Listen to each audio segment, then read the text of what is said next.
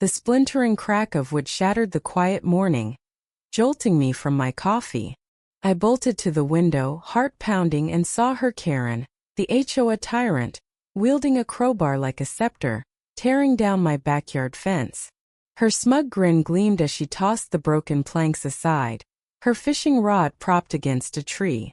She'd been harassing me for months, citing violations for my wildflower garden, my unpainted mailbox, anything to flex her power. But this was war. I grabbed my phone, hit record, and stormed outside, fury burning in my chest. Karen didn't flinch as I approached, her voice dripping with entitlement. Your fence was an eyesore, and I need access to the pond. HOA rules, honey. I laughed, bitter and sharp. The pond wasn't hers, it was mine, inherited from my grandfather, a sanctuary I'd guarded fiercely. She didn't know what lurked beneath its glassy surface. I demanded she stop, but Karen scoffed, tossing her hair. You can't prove anything, she sneered, gesturing to the empty street. That's when I held up my phone, the red recording light glaring.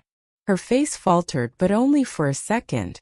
She doubled down, claiming the HOA gave her emergency rights to remove obstacles. Lies.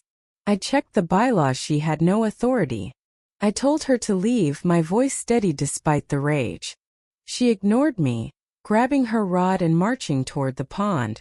I could have called the police, but something in me wanted her to face the consequences herself. The pond wasn't just water, it was a trap, stocked with electric eels my eccentric grandfather had introduced to deter poachers. I'd kept it secret, a quiet revenge waiting for someone like Karen. As she cast her line, a shadow emerged from the sidewalk, an old man, weathered and silent, leaning on a cane. Mr. Hargrove, my grandfather's friend, who'd vanished years ago after a falling out with the HOA. His eyes locked on Karen, a knowing glint in them. You shouldn't be here, he rasped, his voice cutting through the tension. Karen whirled, startled, but dismissed him with a wave. Mind your business, old man, she snapped, turning back to the pond. That's when it happened. Her line jerked violently, and before she could react, a surge of electricity shot up the rod. She screamed, collapsing in a heap, her hair singed, her arrogance shattered. The eels had done their work. Mr. Hargrove didn't move, his expression unreadable. Nature's justice, he muttered, then turned and shuffled away, leaving me stunned. Karen scrambled to her feet, trembling, her rod smoldering. She lunged at me, accusing me of sabotage, but I held up the video, her breaking my fence, her trespassing, her lies. The evidence was ironclad. Neighbors, drawn by the commotion, gathered, their whispers turning to outrage as I played the footage. Karen's reign of terror, her fines, her bullying, her petty crusades had alienated everyone. Now they saw her for what she was. She tried to spin it, claiming I'd endangered her, but the crowd wasn't buying it.